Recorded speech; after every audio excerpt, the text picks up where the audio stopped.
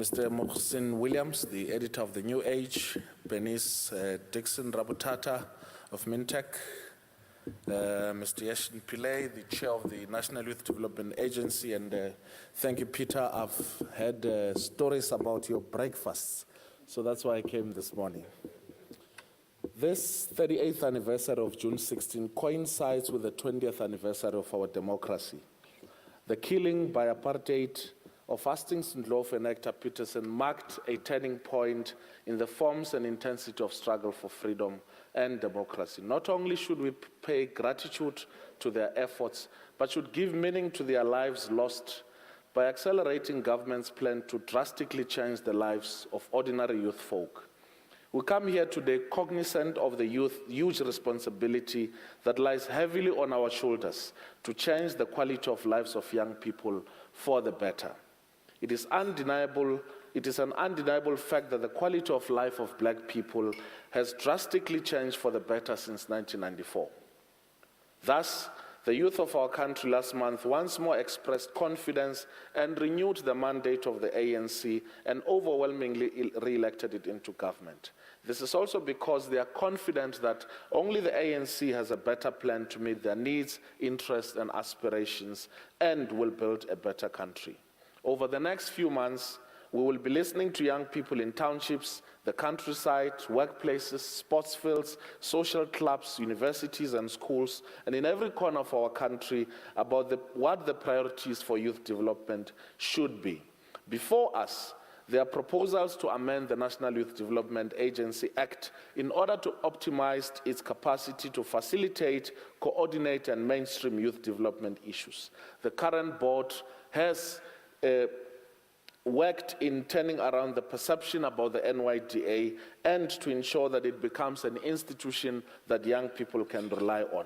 The NYDA may not be the final and only solution on challenges facing young people, but we're strengthening it in order to ensure that it becomes a viable catalyst for the dreams and hopes of millions of young people.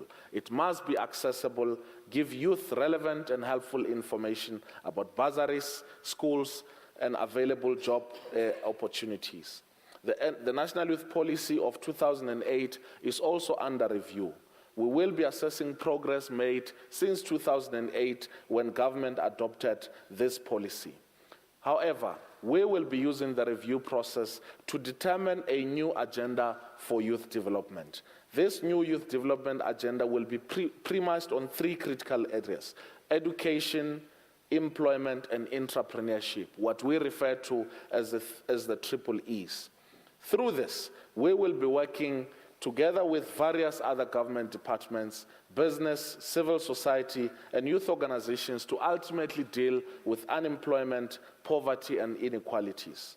No matter our differences about the National Development Plan, it enjoins us to move South Africa forward and bring common prosperity, build an non-racial, non-sexist, and democratic society. Therefore, the NDP, in our view, whether critically or constructively, will be a plan that the youth of this country owns up to and ensure that it fully speaks to their hopes and their dreams. The unrest, discontent, and restlessness expressed by young people in some parts of the country is premised by the impatience that they have about the inclusivity of and the pace of transformation. I applaud millions of young people who will continue to make a difference and give meaning to the saying, "We are our own liberators." There shall be no Messiah clad in a red cape and by a magic wand declaring that our life shall henceforth becomes better. Every young person, irrespective of their race, sex, want to join in and lay a brick to build a better South Africa. We are not the monsters and disruptors who are projected daily in the mainstream media as merely interested in the fast life of drugs, alcohol, and unprotected access.